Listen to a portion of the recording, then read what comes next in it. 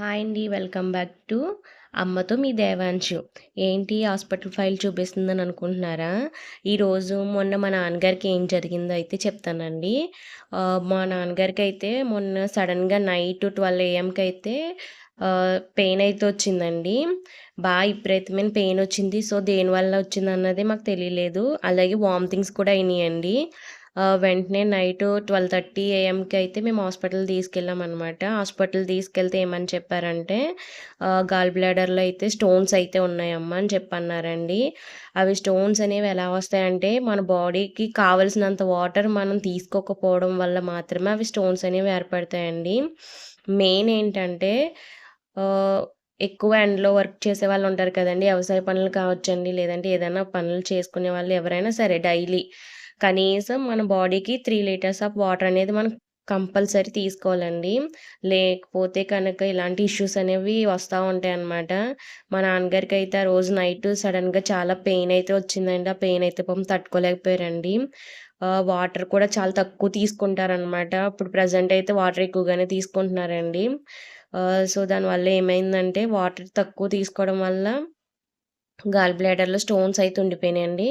అదైతే ఏమైందంటే, ఆ స్టోను కిందకైతే వచ్చేసి ఆగిపోయిందనమాట. యూరిన్ పోసుకునే ప్లేస్‌లో వచ్చి ఆగిపోయిందండి. ఆగిపోవడం వల్ల ఏమైందంటే, ఆయనకి యూరిన్ రాక పొట్టంతా ఉబ్బిపోయినట్టు అయిపోయిందండి. సో, దానివల్ల ఆయనైతే చాలా ఇబ్బంది పడ్డారండి. హాస్పిటల్‌కి తీసుకువెళ్ళిన వెంటనే పెయిన్ కిల్లర్ ఇంజెక్షన్స్ అయితే పెట్టారు. పెట్టిన తర్వాత కూడా ఆయనకైతే పెయిన్ అయితే తగ్గలేదండి చాలా సేపు. ఎర్లీ మార్నింగ్ 2 అయితే అయిపోయిందండి. కానీ పెయిన్ అయితే తగ్గలేదు. తర్వాత వెంటనే స్కానింగ్ అయితే చేశారండి. స్కానింగ్‌లో అయితే గాల్ బ్లాడర్‌లో స్టోన్స్ ఉన్నాయని చెప్పారండి. చూసారండి. ఇప్పుడైతే ఇక్కడ మీకు స్టోన్స్ అయితే కనిపిస్తున్నాయి కదండీ! ఇక్కడ కనిపించే ఒక పెద్ద స్టోన్ అయితే, ఈ స్టోన్ అయితే మా నాన్నగారికైతే అడ్డుపడిందని చెప్పారండి. సో, ఈ స్టోన్ వల్ల ఆయనైతే నైట్ అంతా చాలా ఇబ్బంది పడిపోయారండి. మార్నింగ్ వరకు కూడాని. ఇంకా మెయిన్ ఏంటంటే మా నాన్నగారు గాల్ బ్లాడర్‌లో అసలు వాటర్ అన్నదే లేదంటండి. అంటే ఆయన ఎంత తక్కువ క్వాంటిటీలో వాటర్ అనేది తీసుకుంటున్నారో అర్థమైందండి.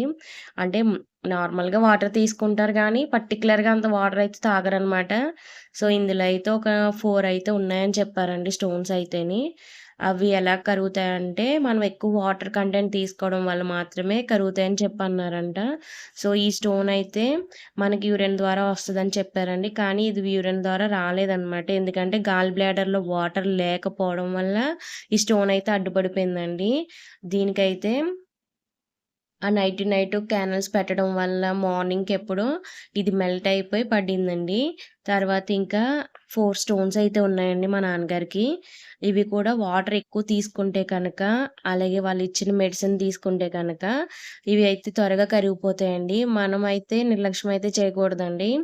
ఈ రాళ్ళనేవి ఒకసారి వస్తే కనుక మళ్ళీ మళ్ళీ వచ్చే అవకాశం కూడా ఉందండి. కాబట్టి మన ఆరోగ్యాన్ని మన చేతిలో ఉంది కాబట్టి మనం చాలా మంచి ఫుడ్ అయితే తీసుకోవాలండి. ఎక్కువ మెయిన్ ఏంటంటే, ఎక్కువ స్పైసీ ఉన్న ఫుడ్ అయితే అవాయిడ్ చేసేయాలండి. ఎక్కువ వాటర్ కంటెంట్ ఉన్న ఫుడ్ అయితే తీసుకోవాలండి. బీరకాయ, సొరకాయ ఇలా వాటర్ కంటెంట్ ఉన్న ఫుడ్ తీసుకోవడం వల్ల చాలా మంచిదండి. అలాగే మజ్జిగ, రాగి జావ, తర్వాత బార్లీ ఇలా కొంచెం వాటర్ ఎక్కువ ఉన్న ఎక్కువ ఫుడ్ తీసుకోవడం వల్ల ఏంటంటే, ఆ రాళ్ళు మనకు త్వరగా కరిగి మనకి యూరిన్ ద్వారా పోతాయండి. ఇవైతే ఇలా ఉన్నాయండి. ఈ ఎక్స్‌రే నైట్ అప్పటికప్పుడు తీశారండి ఇది. తీసినప్పుడు ఈ స్కానింగ్‌లో అయితే ఇలా చూపించినియండి. ఇంకా మా నాన్నగారికైతే ఇంకా 4 స్టోన్స్ ఉన్నాయండి. మా నాన్నగారైతే ఈరోజు హాస్పిటల్‌కి వెళ్ళాలి కానీ, ఈరోజైతే హాస్పిటల్‌కి వెళ్ళలేదండి. తర్వాత రిపోర్ట్స్ అయితే ఇలా ఉన్నాయండి మా నాన్నగారివి. ఆహ్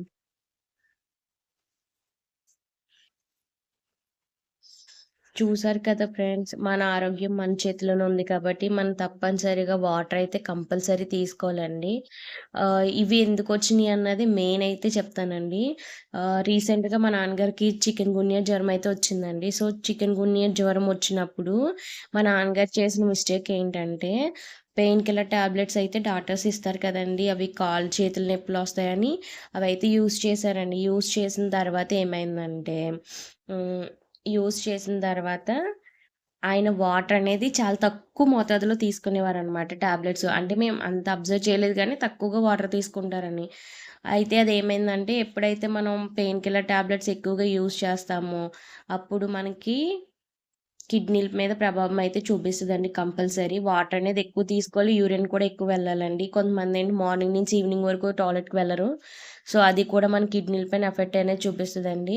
సో, ఏంటంటే మన ఆరోగ్యం మన చేతిలో ఉంది కాబట్టి మనకు నచ్చిన ఫుడ్ తీసుకోకుండా డాక్టర్ చెప్పినట్టు డాక్టర్ల యొక్క సలహాలు మనం పాటిస్తూ వాళ్ళు చెప్పినట్టుగానే మనం వాళ్ళ ఫుడ్ గానీ, లేదంటే మన ఫుడ్‌లో వచ్చే మార్పులు, చేర్పులు చేసుకోవడం వల్ల మనమైతే చాలా హెల్తీగా ఉంటామండి.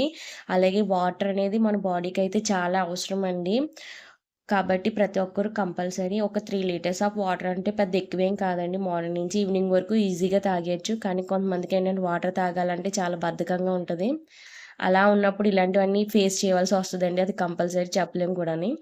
సో, నా వీడియో కనుక మీకు నచ్చినట్లయితే, మీకెవరికన్నా యూజ్ అయినట్లయితే ప్లీజ్ నా వీడియోని లైక్ చేయండి. అమ్మతో మీ దేవాంశు.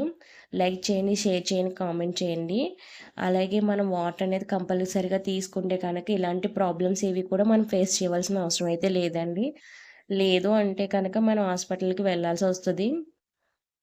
అలాగే మనం లైఫ్ స్టైల్ కూడా మనం మార్చుకోవాల్సొస్తదండి. మినిమమ్ సమ్ ఏజ్ వచ్చిన తర్వాత మన లైఫ్ స్టైల్ మనం మార్చుకుంటే మనం చాలా హెల్తీగా అయితే ఉంటామండి. అలాగే మన ఫుడ్ విషయంలో గానీ, లేదంటే మనం చేసుకునే పనిలో గానీ, ఎప్పుడూ ఒకటే ఏజ్‌లో అయితే మనం ఉండం కదండీ! ఎప్పుడూ అందరూ ఒకే ఏజ్‌లో అందరూ ఒకలాగే పని చేయలేరు కదా! సో, ఏంటంటే మన ఏజ్ తగ్గట్టు మనం పనులు చేసుకోవాలండి. అలాగే మంచిగా వాటర్ తీసుకోవాలి. అలాగే మనం డైలీ లైఫ్ స్టైల్ అయితే చేంజ్ చేసుకోవాలండి. ఎప్పుడూ ఒకేలా కాకుండా అప్పుడెలా ఉన్నాం, ఇప్పుడు ఒకేలా ఉంటాం అంటే అవ్వదు. సో, ఏజ్‌ని బట్టి మన లైఫ్ స్టైల్ అనేది కూడా చేంజ్ చేసుకోవాలి. ఈ వీడియో మీకు కనుక నచ్చినట్లయితే ప్లీజ్ లైక్ చేయండి.